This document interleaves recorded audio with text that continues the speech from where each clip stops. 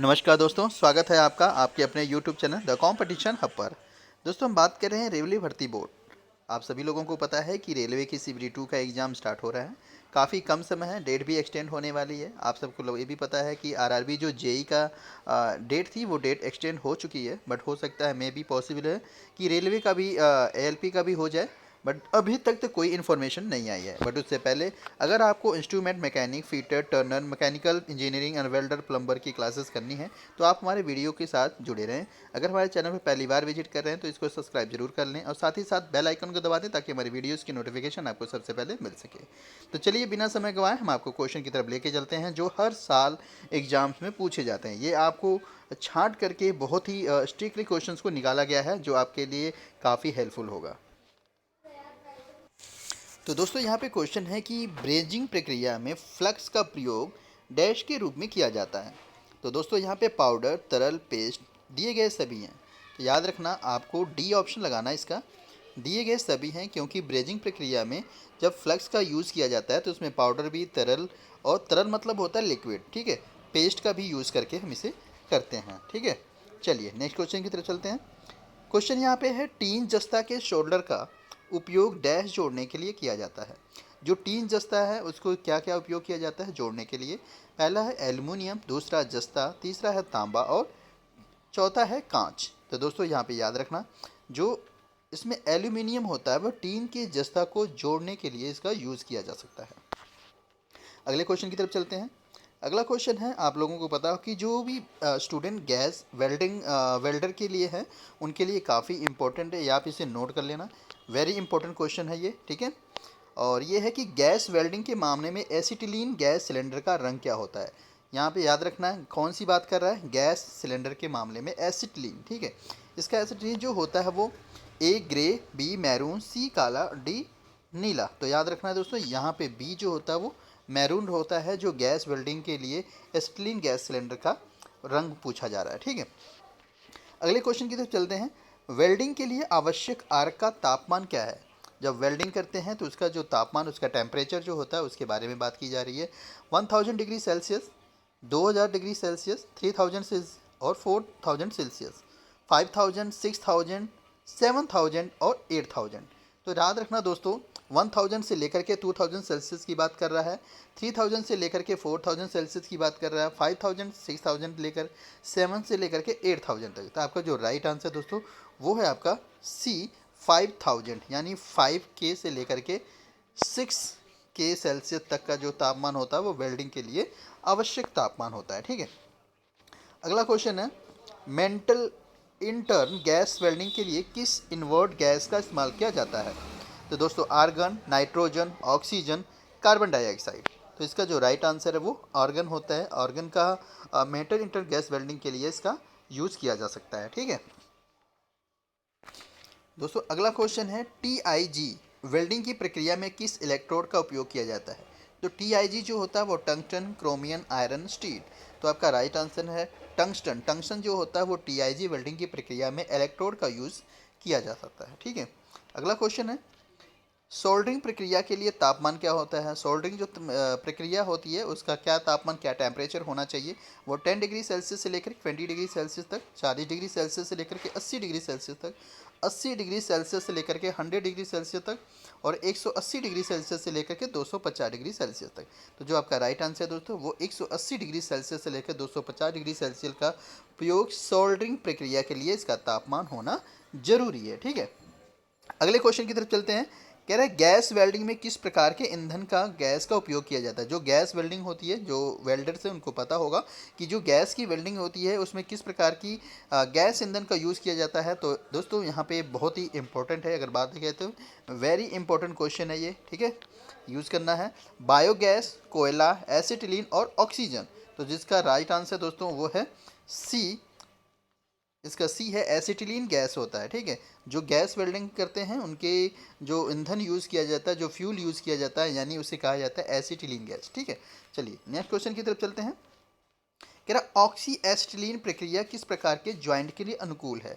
धातु के तार, मेटल शीट, धातु के ट्यूब, मेटल बार। तो जिसका राइट आंसर है दोस्तों मेटल शीट जो होती है वो ऑक्सी एसिटिलीन प्रक्रिया की ज्वाइंट के लिए अनुकूल होती है। अनुकूल का मतलब होता है कि उसे जोड़ने के लायक होती है। ठीक है, चलिए नेक्स्ट क्वेश्चन की तरफ चलते हैं।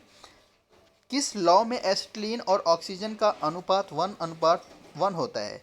ठीक है, ये है न्यूट्रल लॉ, दूसरा है आपका कार्बोराइजिंग लॉ, ऑक्सीकरण लॉ और नाइट्रोजन लॉ।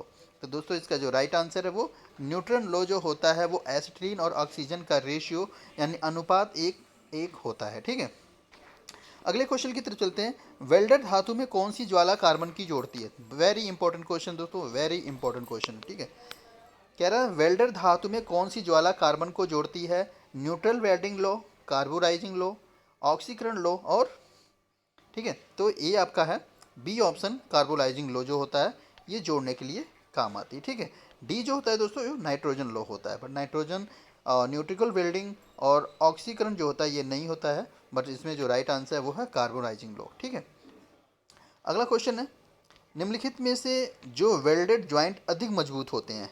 निम्नलिखित में से जो वेल्डेड ज्वाइंट अधिक मजबूत होते हैं वो कौन से होते हैं? But joint, lap joint, corner joint और स्क्रू ज्वाइंट। तो दोस्तों ये बट ज्वाइंट, अभी हमने दोस्तों इससे पिछले जो वीडियोस में इसमें बात की गई थी कि जो बट ज्वाइंट होती है आपको एक ऐसा दिया रखा है, ये यहाँ पे ऐसे बनाया होता है और ये एक बट ज्वाइंट ऐसे करते हैं। ठीक है, तो ये बट ज्वाइंट जो होता है ये काफ़ी मजबूत होता है जो बीच में दोनों पार्ट को जोड़ने के लिए काम आता है। ठीक है, चलिए अगले क्वेश्चन की तरफ चलते हैं। कह रहा वट वेल्ड्स के अधीन है, जो वट वेल्ड्स है वो किसके अधीन होता है? Share threads, compressive states, tensile states और लॉन्गिट्यूडिनल स्टेट्स। तो राइट इसका राइट आंसर है दोस्तों वो है टेंसाइल स्ट्रेस। टेंसाइल स्ट्रेस जो होता है वो बट वेल्ड्स के अधीन होता है, अधीन का मतलब उसके अंतर्गत कार्य किया जाता है। ठीक है, अगला क्वेश्चन है, ऑक्सीजन का रासायनिक प्रतिक्रिया क्या है? दोस्तों काफ़ी इंपॉर्टेंट क्वेश्चन है आपका, इसे भी वेरी इंपॉर्टेंट में आप रखेंगे। ठीक है, इसको वेरी वेरी इंपॉर्टेंट में रखेंगे। ठीक है, कह रहा है कि ऑक्सीजन का रासायनिक प्रतिक्रिया क्या है? तो ऑक्सीजन O2 N2 CO2 और S।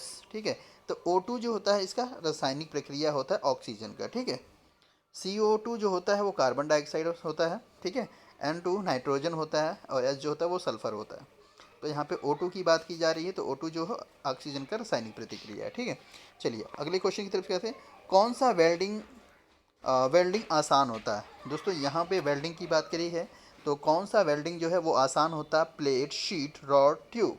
तो यहाँ पे याद रखना ये राइट क्वेश्चन आपका, प्लेट वेल्डिंग आसान होता है। ठीक है, जो प्लेट पे वेल्डिंग की जाती है वो आसान होती है। कार्य और ऊर्जा को मापने के लिए एसआई की इकाई क्या होती है? वो वॉट, फैरड, ओम और जूल। ठीक है, तो याद रखना इसका जो राइट आंसर है वो जूल होती है। किसी भी कार्य की ऊर्जा को, एनर्जी को नापने के लिए जो एसआई की इकाई होती है वो जूल होती है। ठीक है, ये चीज़ को याद रखना, जूल होती है। चलिए अगले क्वेश्चन की तरफ चलते हैं। चार्ल्स लॉ पर आधारित है। चार्ल्स लॉ किस पर आधारित है? ठोस, तरल, गैस और प्लाजा। तो दोस्तों याद रखना वो सी, गैस। चार्ल्स लॉ जो होती है वो गैस पर आधारित होती है। चलिए अगले क्वेश्चन की तरफ है। तापमान के एसआई का इकाई क्या होता है? केल्विन, तापमान, फारेनहाइट और रूमर। तो यहाँ पे जो है वो राइट आंसर आपका केल्विन होता है। तापमान के एसआई इकाई क्या होती है? वो केल्विन होती है। ठीक है, चलिए अगले क्वेश्चन की तरफ चलते हैं। लंबाई की एसआई इकाई क्या होती है? Metre, centimetre, kilometre, nanometre. तो दोस्तों याद रखना जो मीटर होता है, ठीक है, जो मीटर होता है वो एसआई की इकाई होती है। ठीक, अगले क्वेश्चन की तरफ, करंट की एसआई इकाई क्या होती है? एम्पियर, वोल्टेज, चार्ज और वोल्ट। तो दोस्तों याद रखना करंट की जो एसआई इकाई होती है वो होती है एम्पियर। ठीक है, चलिए नेक्स्ट क्वेश्चन की तरफ चलते हैं।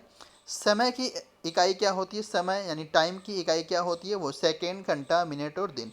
तो याद रखना समय की इकाई जो होती है वो सेकंड होती है। ये क्वेश्चन काफ़ी इजी है बट दोस्तों काफ़ी डिफ़िकल्ट है। आप कई बार इसका समय की बात करें तो कुछ स्टूडेंट इसे घंटा, मिनट या दिन में लगा सकते हैं, बट जो रियल इसका आंसर है वो सेकेंड है। ठीक है, चलिए नेक्स्ट क्वेश्चन की तरफ चलते हैं। एक वेक्टर क्वांटिटी क्या होती है? एक वेक्टर समय, वॉल्यूम, द्रव्यमान और वेग। तो एक वेक्टर की जो क्वांटिटी होती है वो वेग होती है। ठीक है, चलिए नेक्स्ट क्वेश्चन की तरफ चलते हैं। कौन सा कथन ओम के नियम का पालन करता है? V is equal to 1/1/r, V is equal to I R, V is equal to I R, R is equal to 1/v। तो इसका जो राइट आंसर दोस्तों वो सी है, V is equal to I R, जो ओम का नियम का पालन करता है। V is equal to I R. ठीक है, चलिए नेक्स्ट क्वेश्चन की तरफ चलते हैं। प्रतिरोध की इकाई क्या है? तो प्रतिरोध की इकाई दोस्तों ओम, फैराड, हेनरी, किलोग्राम। तो प्रतिरोध की इकाई जो होती है वो ओम होती है। ठीक है, चलिए नेक्स्ट क्वेश्चन की तरफ। बिजली में करंट क्या होता है? इलेक्ट्रॉनों का प्रवाह करना, इलेक्ट्रॉनों का विरोध, चार्ज का भंडारण, परमाणु का आयनीकरण। तो दोस्तों याद रखना इसका राइट आंसर ए, इलेक्ट्रॉनों को प्रवाह करना। बिजली करंट का मतलब होता है जहाँ पे इलेक्ट्रिक निकलती है, सप्लाई की जाती है, उसे इलेक्ट्रॉनों का प्रभाव बोला जाता है। ठीक है, चलिए नेक्स्ट क्वेश्चन की तरफ चलते हैं। कह रहा है वीट स्टोन का उपयोग डैश मापने के लिए किया जाता है। वीट स्टोन जो तो है प्रतिरोध, करंट, वोल्टेज या पावर। तो इसका राइट आंसर दोस्तों ए, प्रतिरोध को मापने के लिए प्रयोग किया जाता है। ठीक है, वीट में। चलो अगला क्वेश्चन, कार्बन मोनोऑक्साइड का आणविक सूत्र क्या होता है? दोस्तों कार्बन मोनोऑक्साइड का आणविक सूत्र जो होता है वो होता है VCO होता है। ठीक है, सी होता है कार्बन मोनोऑक्साइड का आणविक सूत्र। तो ये वेरी इंपॉर्टेंट है। ठीक है, वेरी इंपॉर्टेंट क्वेश्चन है। चलिए अगले क्वेश्चन की तरफ। थर्मोडायनामिक्स पहला कानून क्या है? थर्मोडायनामिक का पहला कानून क्या है? ऊर्जा का संरक्षण, शक्ति का संरक्षण, करंट का संरक्षण और वोल्टेज का संरक्षण। तो दोस्तों इसका राइट आंसर है ऊर्जा का संरक्षण जो होता है थर्मोडायनामिक का पहला कानून का नियम है। ठीक है, तो ये थे दोस्तों आपके लिए काफ़ी इंपॉर्टेंट क्वेश्चन। तो मिलते हैं नेक्स्ट वीडियो में, तब तक के लिए कुछ और भी स्पेशल क्वेश्चन लेकर आते हैं। अगर हमारे वीडियो को पहली बार विजिट करें तो प्लीज़ सब्सक्राइब जरूर कर दें और इसे जहां हो सके अपने दोस्तों को शेयर कर, ताकि सभी स्टूडेंट तक ये पहुंच सके और सभी स्टूडेंट इसका फ़ायदा उठा सकें। तो मिलते हैं नेक्स्ट वीडियो में, तब तक के लिए bye bye, take care, thanks for allot.